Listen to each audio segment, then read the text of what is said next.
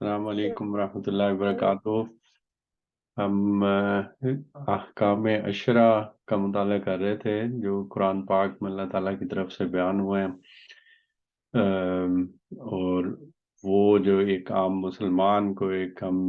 جب پڑھتا ہے مطالعہ کرتا ہے تو ایک بنیادی چیزیں 10 چیزیں جو کہ پتہ ہونی چاہیے، ہمیں بھی، اولادوں کو بھی، آس پاس کے لوگوں کو بھی توجہ دلانی چاہیے،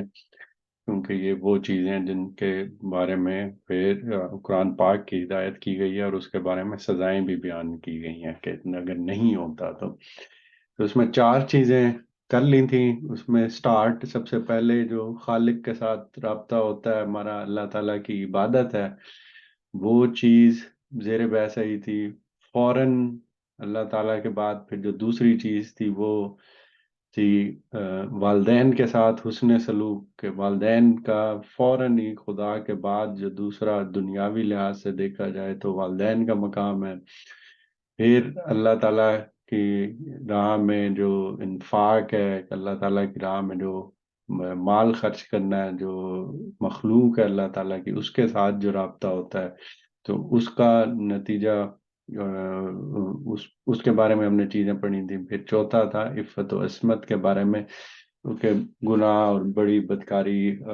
بڑے گناہوں میں سے ہے جو بدکاری ہے، اس طرح کی چیز ہوتی ہے۔ تو آج یہ 5ویں چیز ہے، 5واں حکم ہے،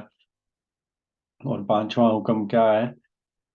کہ یہ ہے کہ کوئی شخص، انسانی جان کی حرمت ہے ٹائٹل، اور مطلب کیا ہے کہ کوئی شخص کسی کو قتل نہ کرے۔ یہ وہ چیز ہے مذہب میں بھی اور اخلاق کی روح سے بھی، جو انسانی جان ہے اس کو جو حرمت ہمیشہ سے رہی ہے، یہ اسی کا بیان ہے۔ تو ایون اس چیز میں اتنا سینسٹیو ہونا چاہیے کہ ایک تو انسانی جان ہے، کوئی بھی جان، جانوروں کی بھی جان، یہ جو حلال حرام کا کانسیپٹ آیا ہے، ایک تو پاکیزہ جانور، اور جب پاکیزہ جانور بھی جب اس کو ذبح کرتے ہوئے اللہ اکبر کہتے ہیں، تکبیر پڑھتے ہیں، تو وہ بنیادی طور پہ کیا ہے کہ ہمیں کوئی حق حاصل نہیں ہے جان لینے کا جس کو اللہ نے جان دی ہوئی۔ ان جانوروں کو اللہ تعالیٰ نے جب حلال ٹھہرایا ہے، تو میں یا ہم جب اس کی جان لیتے ہیں تو وہ اس چیز کو منہ سے کہتے ہیں کہ یا اللہ تو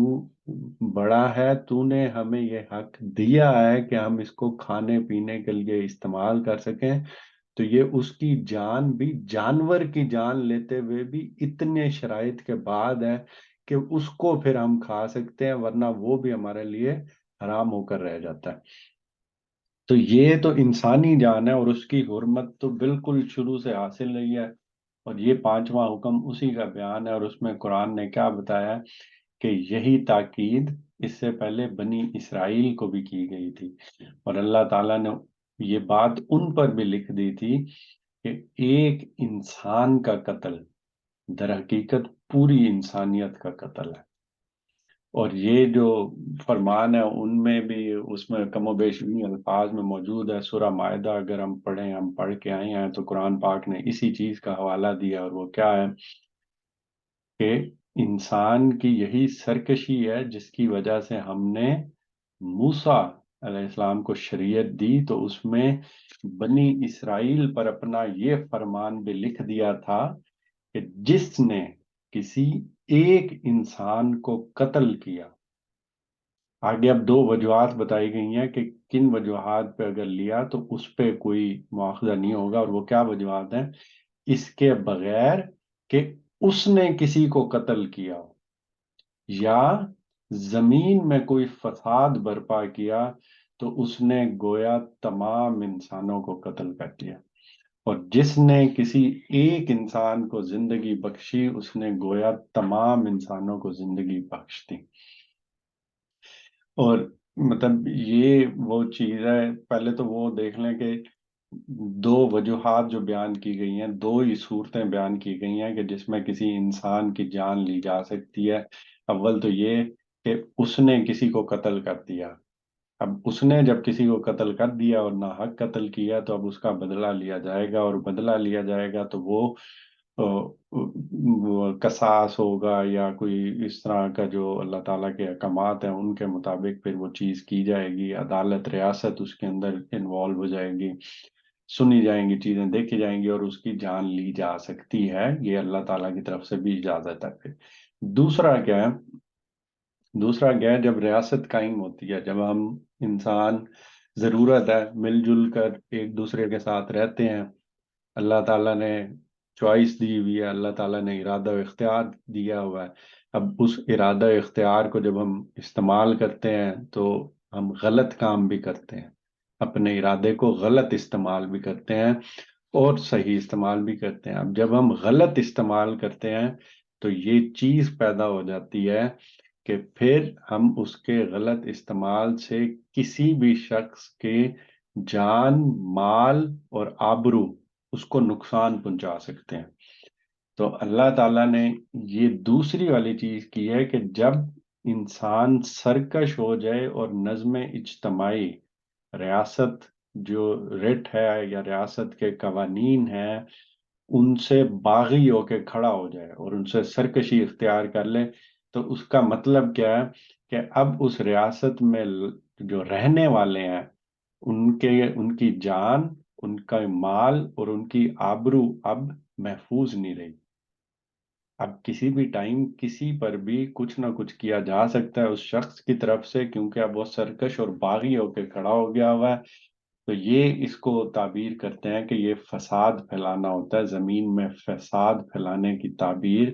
اسی مفہوم میں یہاں پہ استعمال کی گئی ہے۔ تو اس چیز پہ بھی جب وہ سرکش ہو جائے اور کسی طور پر مان کر نہ دے، اس کے حالات واقعات دیکھے جائیں، اس کی تربیت کا اہتمام کیا جائے، نہیں کچھ بھی نہیں ہوتا، کچھ بھی کام نہیں آ رہا، تو پھر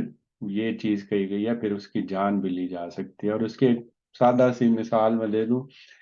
کہ وہ والی چیز ہوتی ہے جب چوری ہوتی ہے، وہ چورے چھپے کی جاتی ہے، اس میں وہ باغی نہیں ہوتا، اس میں پھر بھی ایک طرح سے چوری چھپے وہ کوئی نہ کوئی چیز چوری کرے۔ جب چوری ڈکیتی بن جاتی ہے، جب وہ سرے عام پھر سب کے سامنے پھر اس طرح سے سرکشی کر کے ڈاکہ ڈالا جاتا ہے، وہ کیا جاتا ہے، تو ایک طرح سے کھلی سرکشی ہے۔ تو اسی طرح کے مزید چیزیں بھی ہیں اور اس کو فساد کہتے ہیں، اس کی مطلب ہم چیزیں سورہ مائدہ میں پڑھی تھیں لیکن ایک دفعہ ادھر سے مطلب دیکھ لیا۔ اور اس کی سزا کیا ہے؟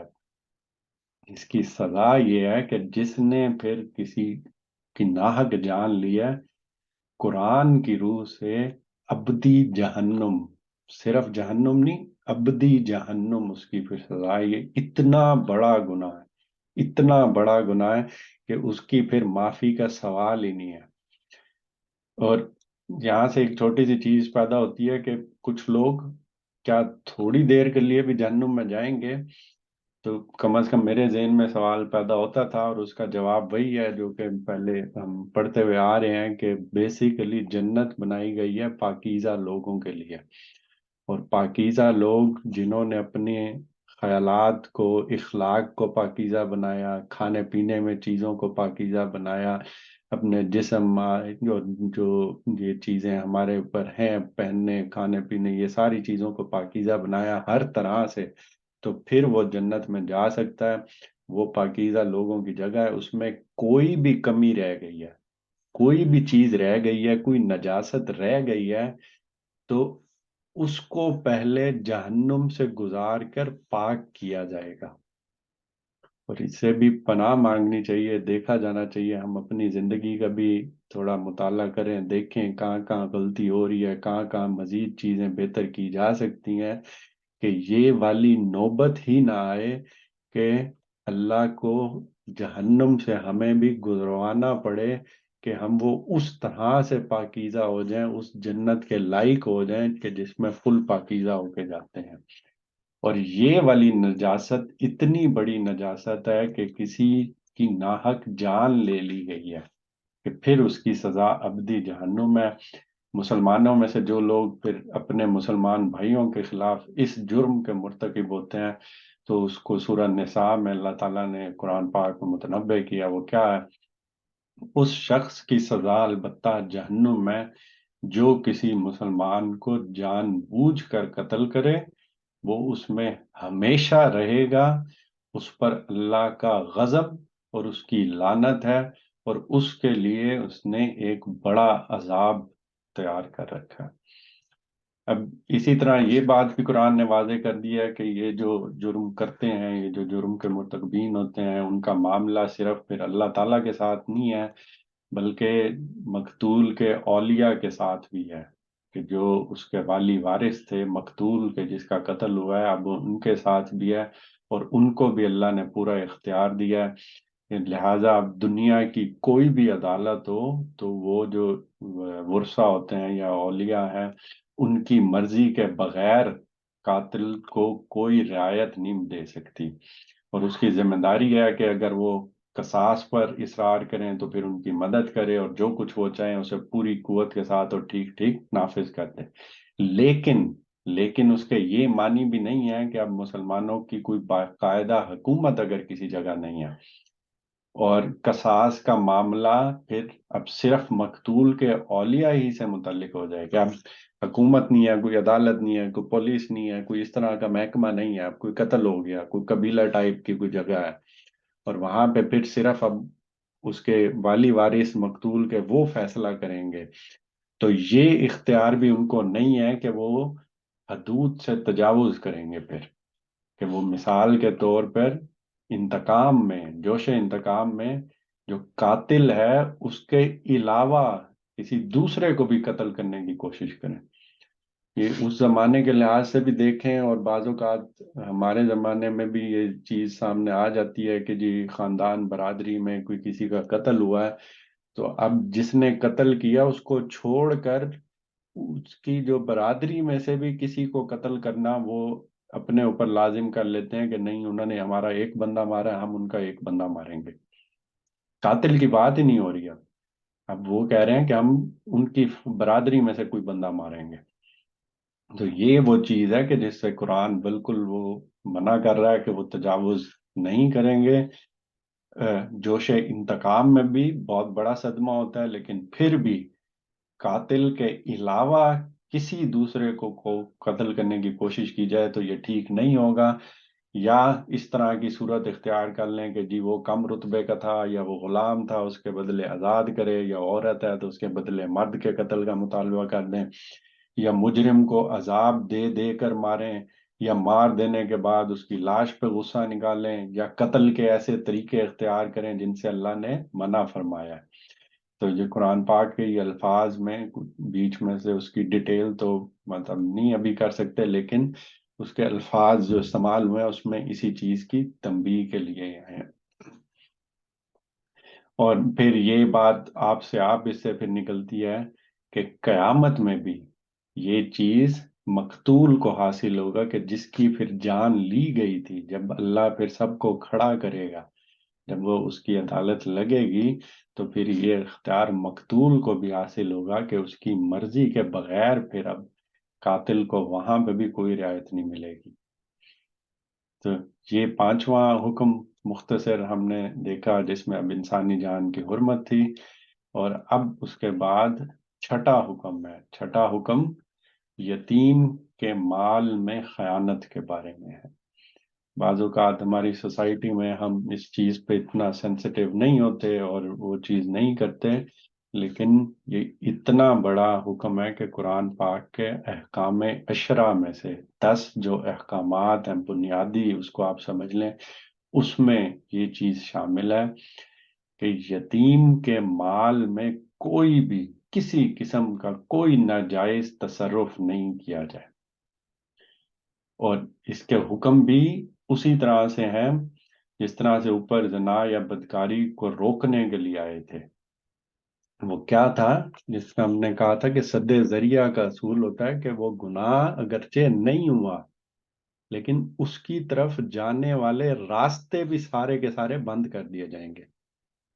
کوئی بے حیائی والا کام ہو رہا ہے، کوئی بے حیائی والی بات ہو رہی ہے، کوئی آنکھوں میں سے دیکھنے کا کوئی اس طرح کا معاملہ ہو رہا ہے جو کہ بے حیائی والا چیز ہے، جو فحشی والی چیز ہے، تو وہ سب چیزیں بند کر دی گئی تھیں سد ذریعہ کے طور پہ کہ یہ چیز نہیں کرنی، اور یہ وہ احکامات ہیں جو اللہ تعالیٰ کی طرف سے ہیں۔ اس کی ایک چھوٹی سی میں مثال دوں کہ بعض اوقات انسان اپنی لمٹ سے بڑھ جاتا ہے، کہ موسیقی کے بارے میں جب یہ کہا جاتا ہے موسیقی حرام ہے، تو وہ لوگ اس کو سد ذریعہ کے طور پر بیان کر کے حرام کرنے کی کوشش کرتے ہیں کہ جی موسیقی دیکھی جائے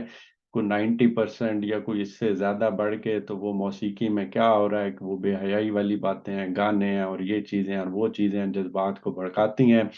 تو آگے بڑھ کر انسان موسیقی پر ہی پابندی لگا دے تو پھر یہ مسئلہ ختم ہو جائے گا، جبکہ اس چیز کی ممانعت اللہ تعالیٰ نے پھر کی تھی۔ انہوں نے کہا تھا کہ یہ زینتیں ہیں جو اللہ تعالیٰ نے پیدا کی ہیں اور پیدا ہی ایمان والوں کے لیے کی ہیں، انسان اس میں کنٹرول سے کام کرے۔ لیکن جب فحاشی کی اور جب یہ چیز آئی تھی زنا کی، تو اللہ نے اس پہ پابندی لگائی تھی کہ یہ اس کے قریب بھی نہیں جانا، یعنی کہ اس کے راستے خود اللہ نے کہا تھا کہ یہ بند کر دیے جائیں گے۔ تو اب یتیم کے مال میں جو خیانت کے بارے میں بات ہو رہی ہے، اس کے الفاظ بھی اسی طرح سے ہیں۔ اتنی احتیاط کی ضرورت ہے جب کسی یتیم کا معاملہ آ جائے۔ وہ ہوتا کب ہے؟ ظاہری سی بات ہے، یتیم ابھی والد وارث فوت ہو گئے ہیں، بچے ابھی چھوٹے ہیں، مال اب باقی ہے، ان کو اس طرح پکڑایا بھی نہیں جا سکتا، چھوڑا بھی نہیں جا سکتا، معاشرے کے اب اس پہ رحم و کرم پر آ گئے ہیں۔ اب کوئی شخص کسی بھی غلط نیت سے یا کسی بھی اس طرح کی چیز سے وہ کوشش کرے،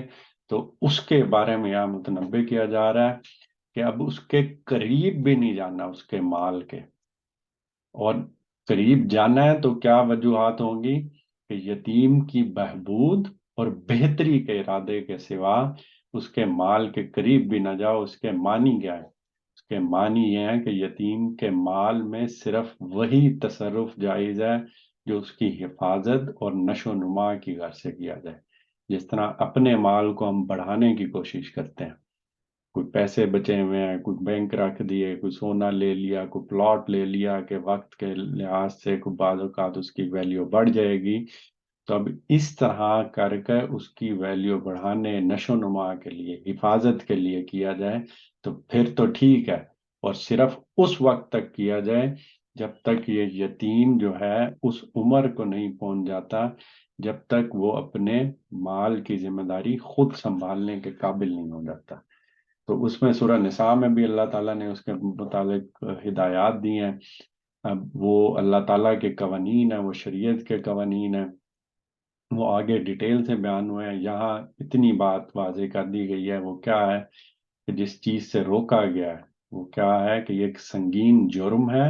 اسے معمولی نہیں سمجھنا چاہیے۔ اور اس میں کیا کہا گیا ہے؟ یہ حقیقت ہے کہ جو لوگ یتیموں کا مال ناحق کھاتے ہیں وہ اپنے پیٹ میں آگ بھرتے ہیں، اور ان قریب وہ دوزخ کی بھڑکتی آگ میں جا پڑیں گے۔ تو اتنے سخت الفاظ میں اس کے بارے میں تنبیہ کی گئی ہے۔ میں وہی بار بار بات کہوں گا کہ خود انسان اس پہ پہلے سب سے پہلے متنبع ہو، اپنی اولاد کو، اپنے آس پاس کو، جاننے والوں کو اس چیز پر متنبع کرے، اور معاشرے میں اگر کوئی چیز ہو رہی ہے تو کسی کو پیار سے، محبت سے، اخلاق سے، طریقے سے اس طرف توجہ دلائے کہ یہ انتہائی درجے کا غلط کام ہے اگر اس طرح کا کوئی کام کر رہا ہے تو۔ اور یتیموں کے بارے میں اللہ تعالیٰ کی طرف سے بہت اور بھی چیزیں بتائی گئی ہیں، ایون جو زیادہ شادیوں کے بارے میں بھی کہا گیا تھا وہ بھی یتیموں کے بہبود کے لیے کہا گیا تھا۔ سورہ نساء کی آیات ہیں، اب آج ہمارے پاس اتنا ٹائم نہیں ہوگا کہ میں وہ پوری آیات پوری ڈیٹیل سے پڑھوں، لیکن بات بنیادی وہ کیا چیز کہی تھی کہ اب آپ کے سامنے کوئی یتیم آ گئے ہیں، اب ان کا آپ نے اپنی فیملی کے بھی حالات کو چلانا ہے، ان یتیموں کا بھی آپ سرپرستی کرنا چاہتے ہو، نیک کام کرنا چاہتے ہو، کیونکہ اس پہ بھی وہی والی چیز ہے کہ حضور پاک صلی اللہ علیہ وسلم کی طرف سے بھی بشارتیں دی گئیں ان پہ کہ وہ حضور پاک صلی اللہ علیہ وسلم کے ساتھ بھی اکٹھے ہوں گے آخرت میں۔ لیکن خدشہ پیدا ہو رہا ہے کہ علیحدہ علیحدہ رکھ کر کیا بھی نہیں جا سکتا، بہت مشکل ہے، اور اس طرح سے چھوڑا بھی نہیں جا سکتا۔ تو اس صورت میں اجازت دی تھی کہ یتیم کی فیملی میں کوئی موضوع اگر کوئی عورت ہے اس کی ماں ہے تو اس سے شادی کر لو، تو اس سے سرپرستی خود بخود اس بندے کے اوپر آ جائے گی، اور پھر اس کی رکھوالی کرنا تھوڑا آسان ہو جائے گا، اور وہ چیزیں کرنی تھوڑی آسان ہو جائیں گی۔ یہ یتیموں کے ساتھ اللہ تعالیٰ کی حمایت کا اتنا بڑا، یعنی کہ اللہ تعالیٰ نے کہا اجازت دی کہ زیادہ شادیاں اس صورت میں کی جا سکتی ہیں، اور پھر ساتھ بار بار متنبع بھی کر دیا کہ یہ نہ ہو کہ پھر تم ادھر سے نیکی کرنے جاؤ اور پھر جو عورتوں کے ساتھ شادی کیا اور پھر انصاف نہ کر سکو، تو پھر رہنے دو، پھر ایک ہی کرنے دو، اور پھر یہ والا کام نہ کرو کہ ایک طرف نیکی کر رہے ہو دوسری طرف بے انصافی کر دو، تو پھر بیچ میں ہوا کیا؟ تو یہ کچھ چیزیں تھیں جس کو ڈیٹیل میں دیکھنا ہے، وہ سورہ نساء کی یہ آیات ہیں، ان کو دیکھ سکتا ہے، غالباً 2 سے لے کر 10 تک ہیں، اور اس میں یتیموں کے بارے میں جو احکامات دیے گئے ہیں کافی سارے، ان کے بارے میں بھی پڑھا جا سکتا ہے۔ بنیادی چیز وہی ہے کہ ان کے مال کے قریب بھی نہیں جانا، اور جو لوگ ایسا کریں گے اور ناحق کھائیں گے وہ اپنے پیٹ میں آگ بھر رہے ہیں۔ اور اب ایک وہ چیز آ جاتی ہے، عہد کی پابندی، یہ 7واں حکم ہے، اور یہ وہ حکم ہے کہ جس میں ہم عمومی طور پہ معاشرے میں دیکھیں تو ایک بدقسمتی سے یہ چیز سامنے آتی ہے، ہم بات کہہ دیتے ہیں، منہ سے نکل جاتی ہے، عادت بن جاتی ہے، وہ پوری نہیں کرتے، اور یہ وہ چیز ہے جس کے بارے میں، عہد کے بارے میں کہا جا رہا ہے کہ جب کوئی جو بات کہہ دی جائے، جو عہد بھی کیا جائے، تو اسے ہر حال میں پورا کیا جائے۔ کیوں پورا کیا جائے؟ اس کے بارے میں فرمایا کہ اس کے بارے میں پوچھا جائے گا۔ سورہ بقرہ میں یہی بات بہت اہتمام کے ساتھ اور اختصاص کے ساتھ تاکید اور تنبیہ کے اسلوب میں بیان ہوئی ہے، اور کیا کہا گیا ہے کہ اب اللہ تعالیٰ جب ہم مسلمان ہوتے ہیں، جب ہم اپنے آپ کو اللہ تعالیٰ کے حوالے کر دیتے ہیں، جب ہم مان لیتے ہیں کہ اب میرا خالق تو ہے، میں نے تیرے کہنے کے مطابق زندگی بسر کرنی ہے، یہ میرا خدا کے ساتھ عہد بنا ہے، اور میں نے جب یہ بات کر لی اور مسلمان جب ہوا، اور مسلمان ہونے کے بعد میرا یہ عہد اللہ کے ساتھ قائم ہو گیا، تو پھر اب وفاداری کس طرح سے ہوگی اس چیز کے بارے میں کہیے کہ نشانی یہ ہے کہ اب تم اگر کہتے ہو کہ میں وفادار ہوں، تو بارے میں کیا کہا گیا ہے؟ اور وفاداری تو ان کی وفاداری ہے کہ جب عہد کر بیٹھیں، جب عہد کر بیٹھیں تو اپنے اس عہد کو پورا کرنے والے ہوں۔ اور اس عہد میں کون سی چیزیں شامل ہیں؟ عمومی طور پہ ہم دیکھیں تو میرا کم از کم میں جب سوچتا تھا پہلے، تو وہ کیا چیز سامنے آتی تھی؟ وہ چیز سامنے آتی تھی کہ کسی کو میں نے یہ کہا ہے کہ میں یہ وعدہ کر رہا ہوں کہ میں یہ کروں گا، یا کسی کے ساتھ میں کوئی معاہدہ سائن کر رہا ہوں، تو یہ وہ عہد ہے۔ جبکہ ادھر ہم چیز دیکھتے ہیں تو اس میں ہر قسم کے عہد شامل ہیں، اور اس میں استاد امام امین حسن اصلاحی کیا لکھتے ہیں؟ ایفائے عہد کے اندر تمام چھوٹے بڑے حقوق و فرائض آ جاتے ہیں، حقوق و فرائض آ جاتے ہیں۔ بنیاد سے بات کو سمجھیں تو کیا ہے کہ جب میں نے مسلمان ہو کر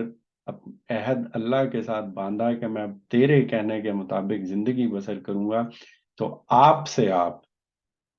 آپ جو اللہ کے احکامات ہیں، میں ان سے بھی عہد باندھ رہا ہوں کہ میں یہ بھی پورا کروں گا۔ تو اب اس میں حقوق و فرائض ہیں سارے، پھر میں نے کس کس کا حق پورا کرنا ہے؟ میں نے سب سے پہلے اللہ کا حق پورا کرنا ہے، اللہ کا حق میں نے ادا کرنا ہے، تو وہ عبادات کرنی ہے مجھے، پھر جو اللہ تعالیٰ نے فرض کی ہے۔ والدین کے ساتھ پھر میں نے حسن سلوک کے ساتھ کام کرنا ہے، کیونکہ اللہ تعالیٰ نے کہا ہے پھر، اور پھر عزیز و اقارب ہیں، یتیم مسکین ہیں، پھر یہ مسافر غلام اور یہ لوگ ہیں، یہ سارے معاشرے کے سارے لوگ اس میں شامل آ جاتے ہیں، تو یہ میں ان کے ساتھ بھی عہد میں پھر بندھا ہوا ہوں۔ اب وہ خلق سے متعلق ہوں یا خالق سے، خواہ وہ کسی تحریری معاہدے سے وجود میں آتے ہوں یا کسی نسبت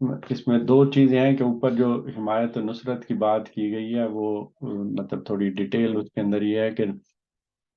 اس ٹائم اب مکہ میں فار ایگزامپل حضور پاک صلی اللہ علیہ وسلم باقی مسلمان ہجرت کر کے آ گئے، مدینہ آ گئے،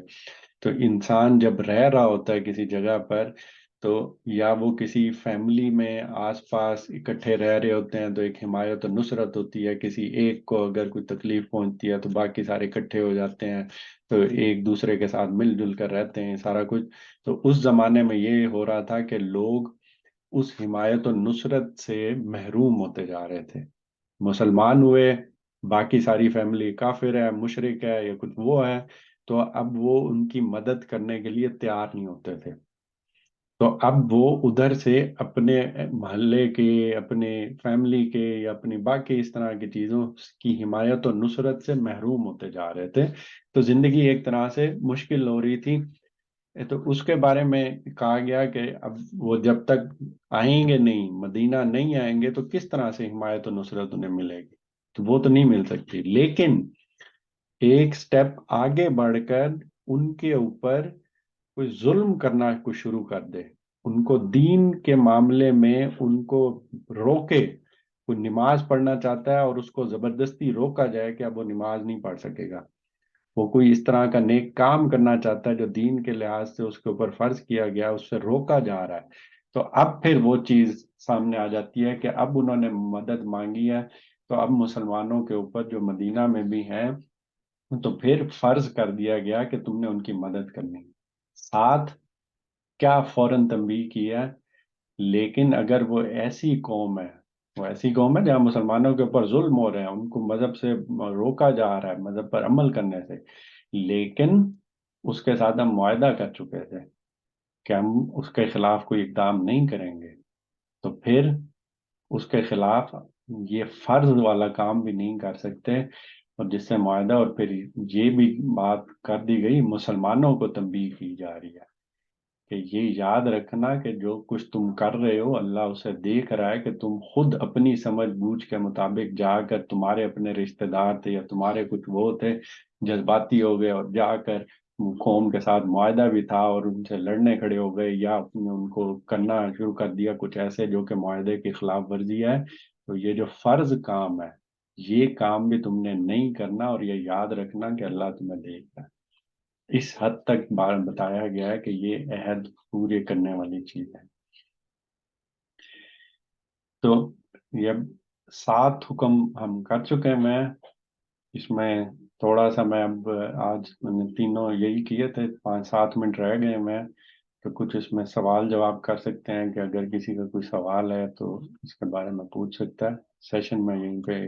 ختم کر دیتا ہوں۔